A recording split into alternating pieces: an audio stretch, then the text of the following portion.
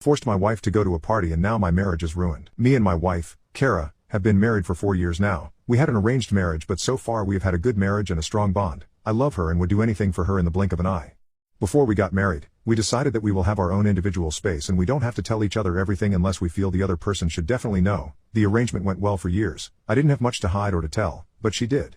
When I met Kara for the first time, she was a very conservative person and a bit too devoted to religion. She told me that she wasn't a good person in the past but since then she has tried to be a good person living a moral life. She told me some details about her past and how she was a wild girl in college and had several relationships and partners. Even after we got married she would tell me some details about her past but I never pressed to get details. She always refers to her college self in the third person and whenever she talks about her past, she always says that her college self is a horrible person. Since then, she has been more devoted to religion and is quite different from her previous self. I have seen some pictures and videos and Kara is nothing like that person today. Kara doesn't have a lot of friends and mostly spends her time praying or with other religious stuff. I am the only person she shares her thoughts with. A few months ago, out of the blue, she got a call from her best friend from college, Renee. I saw Kara light up after talking to Renee. Kara felt so happy after reconnecting with Renee and Renee invited her to a party at her place. Renee also called up their other friends from college. Kara was conflicted about going to the party. I convinced her to go saying the worst that could happen is that she has a boring night. Kara asked me to come along with her. Even during the drive, I was thinking about getting some embarrassing and funny stories about my wife from her friends. When we reached Renee's place, I realized why Kara was conflicted. Kara was dressed very conservatively, light makeup and very little jewelry. Her friends from college were the exact opposite. They were dressed like tweens going out to party all night. The night started normally about the girls sharing funny tales, but the stories quickly became raunchy and then horrifying. I found out Kara and Renee were the leaders of a group of mean girls. They slept around, abused alcohol and substances and on occasions ruined people's lives.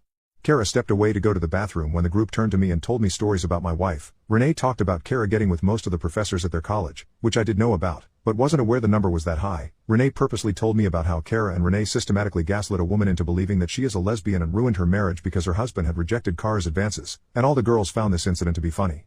I wanted to leave but I couldn't find Kara. I went to the bathroom to look for her and found her curled up in a corner crying. I picked her up and left immediately. The entire drive back Kara was sobbing and kept repeating I am sorry. She was inconsolable for days and then she threw herself into religion hard. She started praying for 6 to 8 hours every day. Her daily prayers and rituals usually took 2 hours. I thought that giving her space would help her heal and she would talk to me whenever she is ready.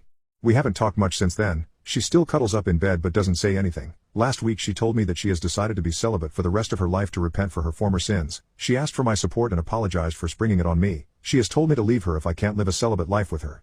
I have tried talking to her about trying therapy but she is adamant on her plan. I ruined my near-perfect life by forcing her to go to that party.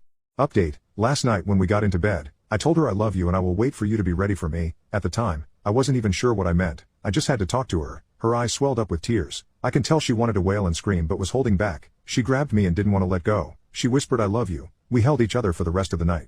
In the morning, I asked if she would just talk to a therapist. I assured her I would try to support her decisions either way. She agreed and kissed me. We hadn't kissed in almost 2 months. I thought my wife was back. But a few minutes later she texted me from the kitchen my celibacy doesn't have to mean yours. You are free to leave me. If you want to stay, I will not interfere with your physical need. It killed me reading the text. We haven't said a word to each other since then. Update 2. Kara started therapy thanks to the efforts of some members of her religious group. She will need a lot of time and I don't know if I will ever get my wife back. Everyone keeps telling me that she will get better soon but I am not sure if she would still be my wife when she does. Even if she does come back, I have heard things about her past that make it very hard for us to just continue our relationship. Some details make me feel that Kara doesn't deserve happiness. For now I will support her to help with her recovery but I am not sure what happens after.